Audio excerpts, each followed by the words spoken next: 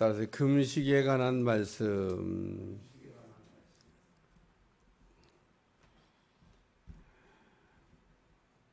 금식이라고 하는 것을 이렇게 바리새인들은 일주일에 2번씩 이렇게 했습니다. 월요일 날 그리고 목요일 날 이렇게 2번씩 금식하고, 아마도 요한의 제자들이 자주 금식한다 이런 거를 봐서 바리새인들이 보니까 요한의 제자들도 금식을 이렇게 자주 이렇게 했다라고 하는 겁니다. 예수님의 제자들은 금식을 안 해요. 그러니까 금식을 하면 하는 거고 안 하면 안 하는 거지, 하는 사람이 안 하는 사람하고 왜 금식 안 하냐, 그리고 지금 비난을 하는 겁니다. 그래서 보니까 예수님의 제자들은 금식을 안 하네. 그러면서 우리는 금식을 하는데, 금식하는 거를 은근히 잘난 척하는 것 같아요. 금식을 하면 하는 거지, 금식을 하는 것 같고 잘난 척할 건 없잖아요. 금식이라고 하는 거가 필요해서 해야 될 때 우리가 할 수 있는 겁니다만, 어쨌든 바리새인들 금식을 이렇게 일주일에 2번씩, 요한의 제자들 자주 금식했는데 예수님의 제자들이 금식 안 하는 거에 대해서 이렇게 비난한 내용에 관한 말씀입니다. 예수님께서는 이렇게 먹으면 먹는다고 뭐라 그러고요, 안 먹으면 또 안 먹는다고 뭐라 그러고 참 어려워요. 예수님이 먹으면 먹는다고 비난, 안 먹으면 안 먹는다고. 그래서 예수님도 보면 금식을 하셨어요. 예수님 우리의 신앙의 모범을 이렇게 보여주시기 위해서 40일 동안 이렇게 금식을 하셨죠. 구약의 모세도 금식을 했습니다. 그러니까 금식이라고 하는 게 해야 되냐 안 해야 되냐 이런 건 논쟁거리가 아니에요. 필요한 때는 해야 되는 겁니다. 금식을 안 해야 된다라는 규정은 없어요. 그러니까 오늘 금식이라고 하는 거는 언제, 어떤 때, 어떻게 하냐, 이거가 이제 중요한 거지, 금식을 안 해도 된다 이런 규정은 없습니다. 그러니까 금식을 구약성경에 보면 언제 이렇게 했냐, 회개할 때, 죄를 이렇게 처리할 때 금식을 이렇게 합니다. 그렇죠. 죄를 회개할 때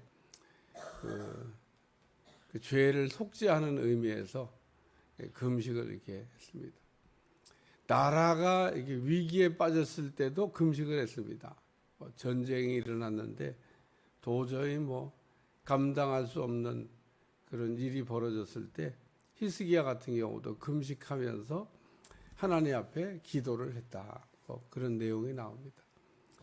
그리고 예수님의 금식을 이렇게 살펴보면 예수님은 금식을 하신 다음에 영적 전쟁에 이렇게 승리하셨기 때문에 금식이라고 하는 거는 영적 전쟁에 우리가 이기려고 할 때 이때 꼭 필요한 것이다. 이렇게 여러분들이 기억할 필요가 있습니다. 그러니까 금식은 좋은 거냐 나쁜 거냐, 좋은 거냐 나쁜 거냐로 구별할 수 있는 게 아닙니다. 금식이라고 하는 거는 우리가 필요에 따라서 우리가 해야 되는 거. 그러니까 금식을 이렇게 안 해도 되는 것처럼, 또 금식을 하지 않아야 되는 것처럼 이렇게 얘기하면 나는 금식 못해. 그래요. 반드시 금식을 해봐야 돼요. 그런 이야기하면 안 됩니다. 그러니까 우리가 신앙생활하는 동안에 우리가 꼭 해봐야 될 훈련 중에 하나가 뭐냐, 금식이라는 겁니다. 그러니까 금식은 어떻게 하냐, 성령께서 금식하라고 감동을 주셔요. 그래서 우리의 영성을 위해서 금식이 필요할 때 우리가 금식을 이렇게 해야 된다. 그래서 오늘 본문의 내용을 읽다 보면 금식도 때가 있구나라고 하는 것을 알 수가 있습니다. 예수님이 금식에 대해서 비난하고 있는 사람들한테 잔치가 벌어졌을 때는 금식을 안 하지만 신랑을 빼앗겼을 때는 금식을 해야 된다. 그러면서 금식을 어떤 때는 안 하고 어떤 때는 해야 되냐. 아니 지금 혼인잔치가 열렸는데 잔치집 가가지고 나 금식 중이에요. 먹을 수가 없어요. 그러면은 잔치집에 가가지고 잔치집 분위기를 망치는 거죠. 잔치집 가가지고는 먹어야 되지 않냐? 그리고 우리 주님이 얘기하신 거예요. 근데 잔치가 집에 주인공 되는 신랑을 빼앗긴 날, 예수님의 십자가의 죽음을 얘기했던 것 같아요. 예수님이 십자가에 죽으실 때, 그때는 금식을 해야 된다. 그래서 금식은 우리가 뭐 누구에게 보이려고 하는 거는 잘못된 거지만은 필요에 따라서 우리가 금식이라고 하는 거는 해야 될 때는 하고 안 해야 될 때는 안 해도 되고 뭐 그런 거지. 금식은 뭐 절대 하면 안 돼. 뭐 이런 얘기를 한다든지. 꼭 금식은 뭐 날마다 밥 먹듯이 해야 돼. 뭐 이런다든지. 금식에 대한 내용을 잘 모르고 우리가 이렇게 금식에 대한 잘못된 이야기를 하면 안 된다는 얘기를 이렇게 들려주면서 금식은 때가 있다. 두 번째는 생배 조각을 낡은 옷에 붙이는 자가 없다고 하는 비유를 통해서 금식에 대한 이야기를 이렇게 말씀하셨습니다. 생배 조각을 낡은 옷에 갖다 붙이면 낡은 옷이 찢어지겠죠. 또 생배 조각을 낡은 옷에 갖다 붙이면 여기 보니까 볼품도 없겠죠. 그래서 생배 조각을 찢어서 낡은 옷에다가 붙이는 사람도 없고 또 새 옷에서 찢은 조각이 낡은 것에 어울리지도 않는다. 그러니까 이게 지금 생배 조각을 찢어갖고 낡은 옷에 붙이는 사람이 어디냐 그러면서 금식에 대한 이야기를 이렇게 다루고 있는데 금식은 능력입니다. 오늘 우리가 금식을 하게 될 때 영적인 힘을 얻게 됩니다. 예수님께서 40일 금식을 하신 다음에 마귀를 넉넉하게 이기셨던 것처럼 우리가 금식이라고 하는 것은 어느 때 하냐? 뭐 회개할 때도 하고 위급할 때도 하고 그렇습니다만 가장 중요한 것은 영적 전쟁을 할 때 우리가 사용하는 게 금식이라는 거예요. 그래서 마귀들과 우리가 싸울 때 우리가 금식하며 싸우면 넉넉하게 이길 수 있다. 마귀의 뭐 공격을 안 받아보는 사람들은 이게 뭐 무슨 얘기인가 그러겠지만 우리가 살면서 마귀와 싸워야 될 때가 있습니다. 그런 때 우리가 금식을 하게 되면 힘들이지 않고 마귀를 이길 수가 있다. 예수님께서 영적 전쟁을 앞두고 기도를 했던 것은 그런 의미가 있습니다. 예수님께서 산 위에 올라가셨을 때 세 제자를 데리고 변화산이라고 하는 곳에 일명 올라가셔서 제자들을 훈련하고 있을 때 나머지 제자들은 산 아래다가 뒀다 그랬습니다. 나머지 제자들은 왜 산 아래 뒀냐? 세 제자면 왜 데리고 왔냐? 예수님 편애하시냐? 그게 아니고 세 제자가 훈련받아야 될 내용이 있고 나머지 제자가 훈련받아야 될 내용이 있는데 이 산 아래에 있던 제자들에게 귀신 들린 아이를 데리고 왔던 부모가 있습니다. 예수님의 제자들이 고쳐보려고 그랬어요.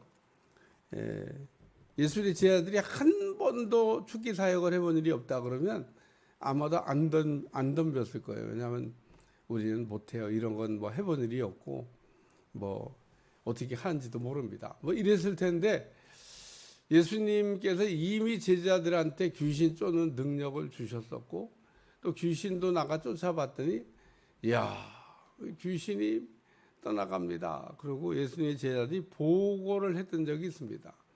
예수님이 이미 제자들한테 축기 사역을 가르쳤는데 귀신 들린 아이를 데리고 오니까 뭐 예수님 찾아왔지만 예수님 출타하고 안 계시다. 뭐 그런 얘기 주고 제자들 보고 고칠 수 있냐? 우리가 한번 해보겠다. 뭐 이랬겠죠. 어쨌든 뭐 그렇게 돼서 귀신 들린 아이를 고쳐보려고 제자들이 애를 썼는데 못 고쳤습니다. 그래서 예수님이 드디어 이제 산에서 내려오셨고 예수님이 고치고 이제 상황은 종료되고 귀신 들린 아이 부모 돌아갔는데 제자들이 그때 조용히 물어봤어요. 우리는 왜 못 고쳤습니까?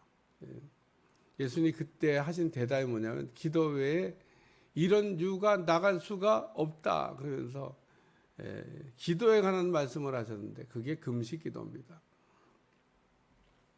오늘 우리가 영적 전쟁을 할 때 그 영적 전쟁에 승리하기 위해서 기도가 필요하다. 그런 얘기입니다. 그 다음에 세 번째 말씀은 새 포도주는 새 부대에 넣어야 된다라는 말씀을 이렇게 하셨는데 새 포도주는 새 부대에 넣어야 묵은 포도주를 마시고 새 것을 원하는 자가 없나니 이는 묵은 것이 좋다 함이니라. 그러면서 새 포도주와 묵은 포도주를 이렇게 비유하시면서 묵은 포도주 먹는 사람들은 뭐 묵은 게 좋아. 그리고 얘기하는 내용에 대해서 우리 주님이 말씀하시기를 금식이라고 하는 거는 우리가 하려고 이렇게 정했을 때 가끔 이게 작정이라고 하는 거, 뭐 금식이라고 하는 거 이런 거 정해놓고 변경해 달라고 하는 분들이 있습니다. 뭐 목사님한테 또 찾아와 가지고 작정 기도를 뭐 또는 뭐 그 서원한 거를 뭐 목사님이 할 수 있는 것도 있고 못하는 것도 있지. 자기가 하나님하고 약속해놓고 왜 목사님 보고 해결을 해달라고. 그러니까 우리가 금식이라고 하는 거를 우리가 하려고 했으면은 금식이라고 하는 거는 잘 이렇게 하는 게 좋습니다. 금식 기도를 해보면서 우리가 배울 여러 가지 것도 있습니다만은 하나님께서 금식 기도는 이렇게 붙잡아 주셔야 돼요. 안 붙잡아주는 분식을 이렇게 하다 보면 너무너무 힘이 듭니다만은 하나님이 이렇게 붙잡아 주실 때는 힘이 들지를 않습니다. 어쨌든 우리가 금식이라고 하는 것을 이렇게 하려고 작정했으면 우리가 잘 마무리하는 게 중요하다라고 하는 말씀을 이렇게 들려주고 있는 내용입니다. 우리가 모든 기도는 임의로 변경하는 게 아니라 우리가 작정을 했습니다. 그래서 어떤 분들 보면 아예 그냥 금식에 대한 부분은 나는 못해. 나는 금식에 은사가 없어. 뭐 이런 이야기. 금식은 은사가 아니에요. 뭐 금식은 뭐 은사 받으면 잘하고 은사 못 받으면 못하는 게 아니라 자기 개인 경건 생활을 위해서 또 하나님께 능력 받기 위해서 우리가 하나님 앞에 하는 거지 우리가 그 이상도 그 이하도 아니다. 오늘 본문의 내용은 예수님의 제자들이 금식하지 않는 것에 대해서 그 바리새인들이 비난할 때 예수님께서 혼인잔치의 비유를 통해서 또 생배 조각의 비유를 통해서 금식에 대한 말씀을 이렇게 들려주신 건데 오늘 우리에게도 이렇게 믿음 생활을 하는 동안에 꼭 한번 해야 될 내용 중에 하나가 뭐냐? 금식하며 기도하는 거라는 거예요. 그래서 우리가 성령께서 우리에게 감동을 주시는 걸 따라서 우리가 금식이라고 하는 걸 하게 되면 우리에게 여러 가지 그 많은 영적 유익을 얻을 수가 있다는 겁니다. 그래서 성경에서 우리에게 가르치고 있는 이런 내용들은 그 한 가지도 우리가 빠지지 아니하고 다 우리에게 유익한 거지 어떤 거는 뭐 유익하고 어떤 거는 유익하지 않고 어떤 거는 해야 되고 어떤 거는 하지 말아야 되는 내용은 없다 그런 얘기입니다. 그래서 성경에 나온 말씀을 읽으면서 성경의 위대한 사람들이 이렇게 다 지나갔던 길은 우리가 다 이렇게 답습하듯이 한번 밟아보는 일이 중요하고 우리가 이론적으로는 아무리 생각하고 연구하고 들어도 무슨 말인지 모르다가 실제로 딱 우리가 해볼 때 깨달아지고 내 것이 되는 게 많기 때문에 오늘 금식이라고 하는 거는 신랑과 함께 있을 때는 안 해도 되지만은 신랑과 헤어졌을 때는 해야 된다. 뭐 이런 말씀. 기도하겠습니다. 하나님 오늘도 금식에 관한 말씀으로 우리를 깨우쳐 주심을 감사하며 우리가 때에 따라서 필요할 때 금식하며 기도함으로 영적인 승리를 얻을 수 있도록 축복해 주옵소서. 예수님의 이름으로 간절히 기도하옵나이다. 아멘.